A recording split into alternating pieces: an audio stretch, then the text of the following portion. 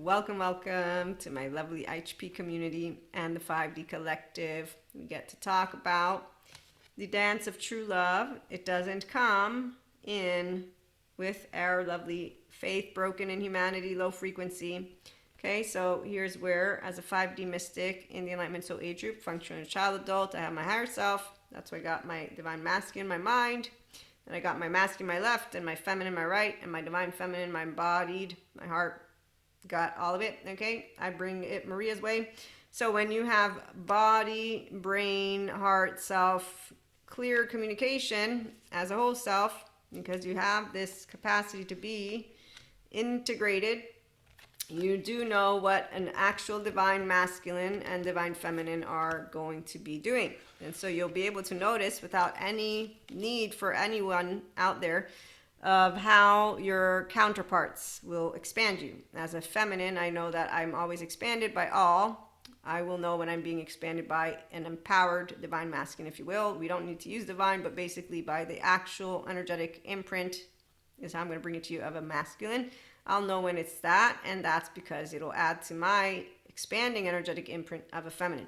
When I meet the distorted versions, they're small energy. I don't do anything because I don't need to. They're the fearful brothers and sisters that God keeps telling me to not judge the human suffering. So I leave them alone to their stories. In the meantime, we have romance with magic, and it's not in a way of a fairy tale, and it's not in a way of a sob story. Empowered people know that synergy works because you're gonna have changes that we don't feel as changes for those of us who have an integrated brain, because we own the sense of self, because it's always on what? My restorative embodiment, my prefrontal cortex. So Maria is a conscious lover for that reason, which is where I will tell you a little bit about my story. And when people don't believe it, it's okay. They don't know how to be realized. I do. And I don't need to prove it, but also you can't prove your self story. So if somebody wants to talk over you, their left is making up shit, because, adaptive child people, there's one thing about them is that they are trying to still save their own self, and they don't go to therapy. Instead, what they do is they are perfectionist, harsh, unforgiving. Thank you, Tyriel, for this definition. They are an older child. Yes, Pinocchio, Cusco, have a good time, squirrel, unhealthy boundary people. They will be unable to learn new skills. Excuse me, you're confusing science, spirituality. No, I'm not. They also don't know about the every single one of their beliefs could be falsifiable, the cherishable, all of it. And they actively live effective realism with their trauma charges on a wheel.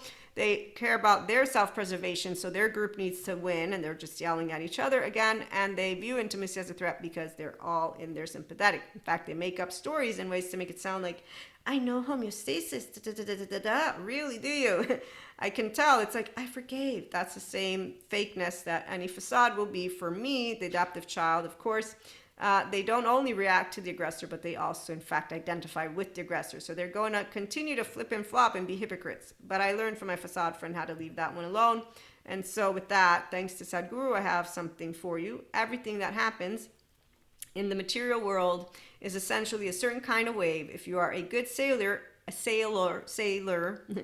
every wave is a possibility. And so with the ascension energies for the 5D collective, which is who IHP is for, because being yourself involves the love frequency, and it's the oxytocin gene hormone. It's not a story. So you choose to be yourself, and you choose to be yourself mindfully, because that's what it takes for you to be able to be open to change, and then to consistently expand and to consistently move out of human suffering, because you're going to create this eustress, and you're going to choose neuroplasticity, the bright sides, not the dark sides, because your body, the feminine, is always in the lead. And she's empowered when you're allowing yourself to follow that which is your health, which involves mental and emotional stability. And then you notice that control is all about the negative part, the fear. So, long story short, again, I'm attachment trauma informed. If anybody didn't know that, mystic mentor, content creator, podcast host. So let's get into some stories too. Stephen Porges, PhD, the hierarchy is this. The social engagement features meaning, prosody, facial expressivity, gesture within a quiet, safe environment. And he was going to write a book about what true love is with his wife, which is when you are a securely attached person. And so with another human being, you self-regulate independently. So we both know how to regulate in our ease. And then we come together, not with envy, jealousy, spite, not with testing, not with any of those child parts that are living through you. No, no, no. In fact, no, before you even get to thinking of love, partner, I was already a teenager and I knew this. This is a very straightforward fact. Data point. Excuse me, you know what? I'm so sorry. I should mention I am a world traveler. I'm bicultural, and my mother Neapolitan, and that's I love passion. So communication, we always communicate, and it don't matter how loud it get or how not loud, it's gonna get passionate, and it's different from when people are actively Diego's family insulting each other. So you know the difference if you are an empowered feminine. When you don't deny your inner world, as your feminine is going to lead you to your inner world, you will be opening up instead of saying, let me out. So, long story short, aware, accountable, regulating people don't wait to get on board with good therapy. By the time they're in the shithole, they're not going to, again, wait till rock bottom, especially in this 2025 era. Do not aspire to meet a wonderful person. Aspire to become the wonderful person that you expect others to be. Thank you, Sadhguru. Okay, so here's where Maria, as a teenager, I get into my first serious relationship. We were best friends before we became a couple.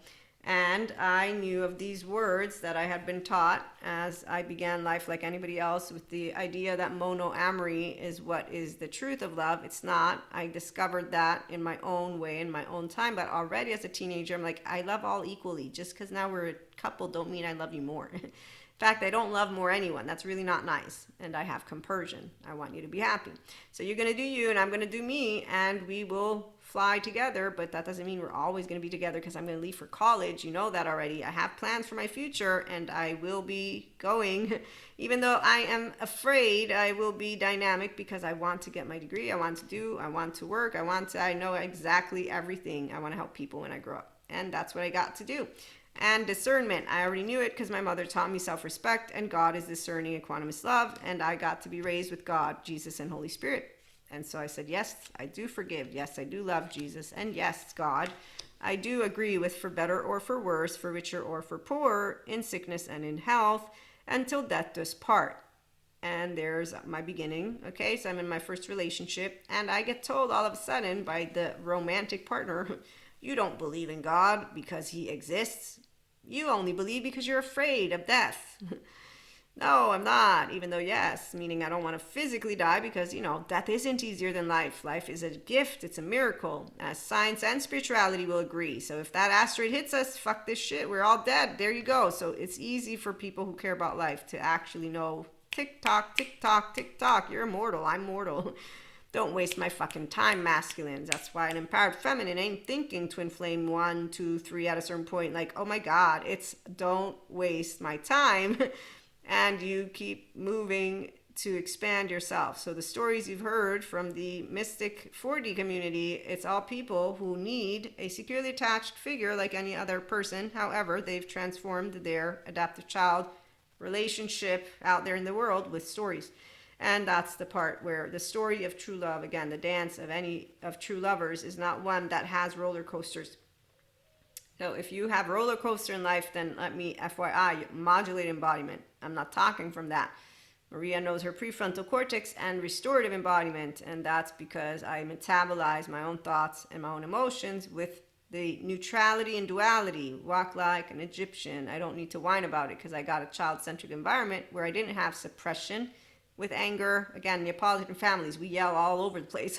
I love it. Like, this is the most amazing, the passion of the Italians. When I have to be all proper, when I started to travel to America, I was like, okay, get ready, because you know how it is. You can't get in their space. You need to do this. You need to do that. I got one of my friends, he spits in my face. And again, now that's how, hey, stop spitting. But he gets excited.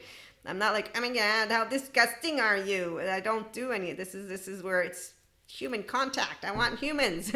When you have not been in the faith in humanity has been broken body. This is why, again, as Stephen Porges points out, we are going to be totally safe with others and not want to leave. He has a spectrum. So that's what true love is. He's going to write a book with his wife, but they didn't because the publishers said, "Oh, Stephen, they want drama." So people who do roller coasters, adaptive child part, they can keep doing that. In the meantime, the ones of us who are not, thank you Terry Real for existing. He creates functional adults, and then Patrick Tian creates inner adults with their inner child by the hand. I am a functional child adult. And that's what I was. So a teenage boyfriend, I said, nothing's going to change. I'm not jealous. That's your culture, not mine, even though I do love that we can be in each other's faces. And again, we're going to know everything about each other, and that's cool. First cheating incident, we talk about it, clear it up. Perfect. Second, third. Okay, so when people hear the story, oh my God, I'm so sorry. As I'm growing up, of course, I'm going through the motions. By the time I'm 19, I have a friend of mine who reminded me of how we had this really amazing conversation about how is it that we can't trust people. But the difference is I didn't suffer this. A month after the breakup, I'm like, wow, she did me a favor. This is amazing. I get to actually engage in relationships with people who are way more... Yeah, there's a lot that definitely, the part about him not believing that I believe, that's effective realism, by the way. So yes, I was aware of what had happened. If you don't like hearing about people killing themselves, please, fast forward. But he had a friend who did kill himself. And so based on that experience, he got cheated on by his first very serious relationship, go figure. Then he keeps doing the same thing to somebody else, but that's actually when you're not choosing to become and to aspire to the version of yourself that you want to be. Okay, so while for me as kids, that's something, it's a kid, but a kid who does not aspire to become the wonderful person they can, and here's where, again, I am not going to justify it. I see plenty of grown-ups who continue to live their teenage version, and that's because that's exactly who's leading the way. As my teacher Sue Martin pointed out, so when you meet people who don't know that the most precious thing is life itself, will you realize this now or only on your deathbed? These individuals are in other soul age groups, by the way. I'm in the Enlightenment Soul Age group.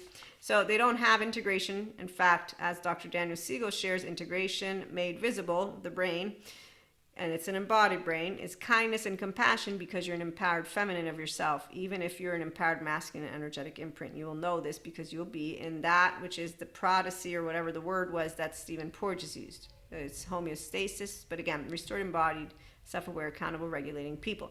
I'm a teenager, death do part, sickness and in health, richer, I'm not going to break up with you because of a cheating incident. Also, I didn't know about polyamory. Had I known about it, I would have. In fact, I moved into open relationship by the time I'm in my third relationship, because why not? I will say it's not a big deal as long as we are communicating all these words. Yes, we like to organize them, but the point is people who truly love don't need to actually use labels, but that we will use words to explain things as a different story to society. And so integration, again, made visible, is kindness and compassion. The road to integration, as Dr. Daniel Siegel presents, can be incredibly energizing because what you're doing and helping is someone heal, and it is really bringing out into the world a love and connection that is the birthright for all of us. Life as we move together to create more integration in our world, which is why we love to be present, attune, resonate, and trust. That's because we're curious, open, accepting, and loving. So when you are that, you are a functional inner child adult. With my teenage boyfriend, I didn't say, you are only telling me that I'm afraid of death because of what happened to you, because that would have been basically a cheap shot, meaning that would have been not nice. And anyone who does need to do that is a low frequency, because they're spiteful, envious, jealous. They don't know how to handle that somebody is in effective realism like a grown-up. They don't know discernment, because discernment means wise, good judgment. They don't know equanimity, calm-centered. In fact, they don't know love, thank you, God. They don't know how to be in their homeostasis, restorative, embodied, self-aware, accountable, regulating brain, and they can use all the words they want. I'm going to notice if I'm in the presence of expanding consciousness, and that can be an expanding, empowered feminine or masculine, or a person who has a lot of words, and they're offering the low frequency people a way to be able and make it look good. Okay, so with that, every word you utter, every word and action you take, your very existence, is it for everyone's well-being, or is it just about you? The adaptive child cannot help themselves. They're self-preserving because they're closed-minded. They don't know how to go beyond the black and white thinking. They don't even recognize, like the teenage boyfriend, you're in effective realism. And I don't need the word. You're being an asshole because you have that thought. That's basically it. I can use a fancy word if I want. And when people don't understand that the past is living through them, they don't understand your physiological state, not the stories you tell yourself. Thank you again, Stephen Porges. He's amazing. And again, people who don't believe that love is something you can consistently have on are the same ones who, I'm wondering, how'd you even get into the field if you don't know how to be a securely attached, non-traumatized person at this point of your age and with your brain and everything that you're telling me you want to do? So when people have the past living in them, they create groups like the Flat Earthers so that they can just hang out and drag that pain point around. And so that's also not love. And again, it's not a race, but when you do meet those who are lovers, that's the part of where I'm trying to get to share with you all. They will know how healthy self-worth works and acceptance, and they will be conscious in their prefrontal. We tend to think of triggers as words or scripts or context. I like the therapist to think of them as triggers of physiological state. Thank you, Stephen Porges. Again, and as Bezel van der Kolk points out, it's not the trauma event, and Stephen Porges too, and a lot more. It's how you respond to it, and really it's how your physiology. So when someone's self-aware, accountable, and regulating, and they have something come up of a trigger, it doesn't matter how they will take ownership, which is why secure attachment people are not boring. They know how to self-regulate, which means they offer each other that which is the actual capacity to be in what is our eustress. So that means you're in the rest. And that's because we're not talking over each other, by the way. You're not telling me why I believe in something. You know that your cherishable beliefs are potentially falsifiable as much as mine. You're not in the right or wrong. You're not describing who I am and how I think and da-da-da-da. No, you're getting to know me. And then you can figure things out because you're getting to know me, because you see me for who I am in the essence of me. In the essence of me means my empowered feminine. So it's not the soul alone, because everybody's soul is pure consciousness, which means it's a pure frequency. Again, it navigates the wave. Walk like an Egyptian. We have those 6 basic human emotions in this body. If you're navigating pure consciousness, it means you're an integrated brain. You own the solo self, sense of self, all of it, core, narrative, relational. You're not projecting shit. We got a functional child, adult, just making clear. So teenage boyfriend, by the 4th year, we're almost in our fourth year. Every year was a pattern. And I'm consistently saying I'm not changing my mind. Are you changing your mind? Because, age to me makes a difference. And also there are other aspects that anybody will know about their relationship, what can be missing, what cannot. And so you continue to communicate. And with the Italian thing and jealousy, that one, for example, they actively think it means you love me.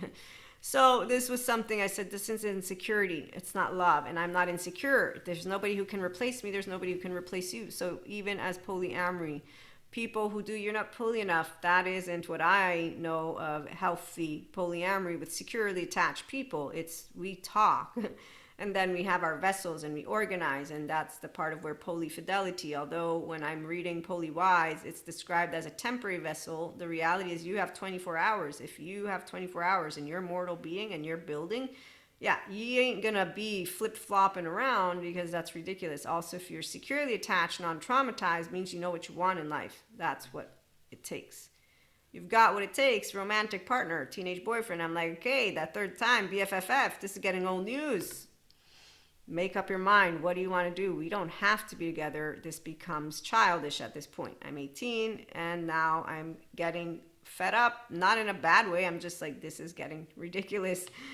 And that's because it was all ridiculous. So long story short, there were things missing. And when it was over, again, 1 month, I'm like, thank goodness I got done a favor. You let him get away. He wasn't my dog. I didn't have him on a leash. I didn't need to. What do you mean not get away? What? If it's that easy to make him get distracted, I mean, hey. Meaning I'm not going to have anything to say to somebody who doesn't know how to be walk a walk and talk a talk. Again, what's the sentence? For better or for worse? For richer or for poor, in sickness and in health, till death do us part. People who don't have secure attachment and don't own their sense of self, and they don't own all their child parts and all this, which is the nervous system, yeah, they end up with a ball and chain and much more. So that's the part of where seeing everything just the way it is gives you the power and capability to walk through life effortlessly. Thank you, Sadhguru. When you have the prefrontal cortex engaged and you know that anything that comes out of your mouth could be falsifiable. Thank you, Sam Harris, because we know that our beliefs are ours and so we don't need to prove it. You are going to know what the true dance of lovers are and is, because also you don't have somebody who's testing you with envy, jealousy, spite, with a family in the head that they're not choosing. Family in the head from Dr. Daniel Fox, but it could be the monkey brain, the doll. It doesn't even matter. It's their trauma. They're not taking ownership of it. It's not mine. I don't need to do anything. And it's not personal, and it's not a monster. Please stop blaming Lucifer for that which is healable completely. When I see people who, we cannot demand that our partners help us emotionally regulate while projecting our childhood abusers onto them. Don't take ownership of any of this stuff. That's very straightforward. Hurt people don't have to hurt people. There's plenty of therapists who are talking about how to get into becoming a grown-up of yourself. Don't explore your reactions from your past and the impact they will have around you. Then the messiness continues. Thank you, Patrick Jahan. As always, he's amazing. And so, yeah, I didn't have any of that, because as I was taking conscious ownership, I wasn't like, oh, you do this, you do that. It was, okay, by the 4th year again, that's where we're done. And so we move out of that relationship. I didn't change my belief in God. I just knew that that person said what they said because of how they were raised, because of what happened to them. So subjective experience is straightforward. Then being able to, with discernment, equanimity, and love, thank you again, God, for being there for me. That's the equation. So you don't give up on a relationship, which is where if someone wants to judge those relationships, it's twofold. The ones who are in adaptive child mode, they will make any toxic relationship look like it's going to work. They won't give up on it. When you are not an adaptive child version of you, but you are a functional adult, like a teenage version, it's a conscious choice. Every time I'm choosing, Maria is taking emotional and mental responsibility. I didn't forgive anybody in a way of, oh my God, I'm so better. I got to 19 saying simply, I gave my relationship all that I wanted to give. And that didn't continue. I didn't let him get away because I gave everything that I could give, which is effective communication. In fact, that's bullshit. And when I get told, are you half because of not having a consistent contingent partner, which eventually, again, when you have the right one, it's because they're actively a person, not an individual who's not conscious. I find it hard to believe. I find it humorous that people to this day talk about love and relationships with stereotypes. I have consistently detested those. Every single step as I grew up, I went from feminist just because I'm a woman to humanist because I'm like, it ain't true that I don't want a man that I need to turn your neck. What are you talking about? Take ownership of your shit. I ain't your mom. I ain't your dad. I ain't nothing. I'm a person. I want a partner. I don't want a baby. That's not something that I'm going to be looking to. So mental, emotional, physical maturity, it ain't boring. It's only boring for those who didn't get what it was meant to be their beginning. And if they're that idiotic, quote unquote, meaning you can't actually break it down and allow yourself to be objective, trauma was not meant to be what you had. You can talk to me about the soul, talk to me about whatever you want. You were meant to be led with your higher self, not with the pause self. So there's an explanation. The ones who don't like it, they don't have to take it. The ones who want to chime in with Freud, keep on doing that because, again, really... I mean, when you say neuroscience proves there's no demons in the body of somebody, it doesn't matter if they're mystic or not. Oh, well, I saw what happened in church. Yes, I know what you saw because I see it all the time. Pseudo-liveness, people telling me about people showing on screen, individuals shaking, and I'm thinking, okay, I'm going to leave this alone right now because you're not an official therapist. You don't know what you're doing. And in the meantime, if they have a bad break or whatever, you just did something completely irresponsible. Now you're going to spread rumors about yoga or mindfulness or whatever. But in the meantime, no, you just didn't take note of the embodied brain of a person because you didn't care to learn more about the human being. If you're going to help people, how is it you don't learn? I took courses to help people because I'm going to learn more about people. It's not anyone who thinks they know, I know everything about you. Really, do you? Tell me more. So stereotypes are ridiculous. And the certainty anger makes people superficial. Thank you, Russell Coates, for his book, Managing Anger, as he describes what happens in the brain, which I even knew. As when I was getting angry as a feminist or whatever it was, my fuzziness of the hippocampus gets saturated with cortisol. And I have interoception. That means you perceive stuff that goes on inside of you. And when people say, no, you can't, you maybe can't, I can. So, that's part of what it is to be a mystic, but it's just a person who also has the complete harmony of their body, brain, self, mind, okay, and you're not afraid and you have a window welcome. So the story is that when you have true lovers at heart, they are not people who are emotionally unavailable. They don't come with a faith that is broken in humanity, low frequency. They come in with the dance of a true lover who knows that humanity has counterparts, number one, that they can be counterparts only if they communicate, and that is with dynamism, and that's by remembering to be discerning and to allow themselves to persevere, because that's how an open brain mind on earth will conduct themselves when they have good perception. They know what true authority is, and that's because they have, again, the insight to their own inner world and that which lights them up, and that is the prosperity of I delight in being who I am for real, not pretend. And if you don't like me, Eric, it's okay. I don't want you as my romantic lover, because my romantic lover is going to be magical, empowered, and they're going to like me just the way I am, not ask me to change, because I'm going to just consistently expand. They can use the word change, but the point is I'm an integrated brain. So when you are integrated, you would not ever think of anyone in your life that you're choosing to partner with become boring, which is why you can make any relationship work, because allowance is not about I'm accepting the, like, oh, I just need to take somebody. No, that's not. No, you have to, though, have I'm myself and feel good with that, and all those child parts are asleep. As I was saying, I'm totally somebody who doesn't regret any of my relationships. They've always taught me more and actively have gotten me to be more of what I was consistently aspiring to be, a kind human being who's simply decent, who said, yes, Jesus, Holy Spirit, and God, I want to love. I say yes. And then by the time I'm 19, I just say, hey, God, so I see suffering, no Lucifer. And now I'm 45 and God says, okay, remember, stop judging that suffering bit. And I say, I'm trying, but I still think it's a waste of fucking time. I'm going to make sure people know there's Patrick Tian and Terry Real for anybody who wants to become a functional adult and actually dance to the tune of true love, because you won't continue to perpetuate that which is karma, which is the insecure human being. It's not a good or bad thing, but I see them. And it's very amazing. They're on the fourth twin flame wave. They've dismantled the matrix. Now we got some alien whatever, and you name it. Again, we're going to have a good time as we keep coming back, because I am a mystic. So I'm still woo-woo spiritual pseudoscience lady. But our stories are not just stories for us.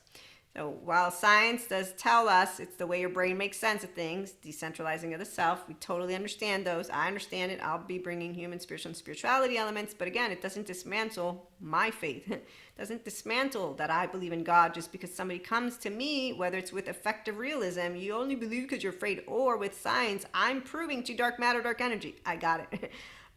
Got it again. I'm totally open. And you know what? Actually, now that you mentioned something, see, I know about this conversation Sadhguru had with this other person of the cosmos. And I teased Sadhguru because he said, this is going to be my last lifetime. I know, well, you're spiritual.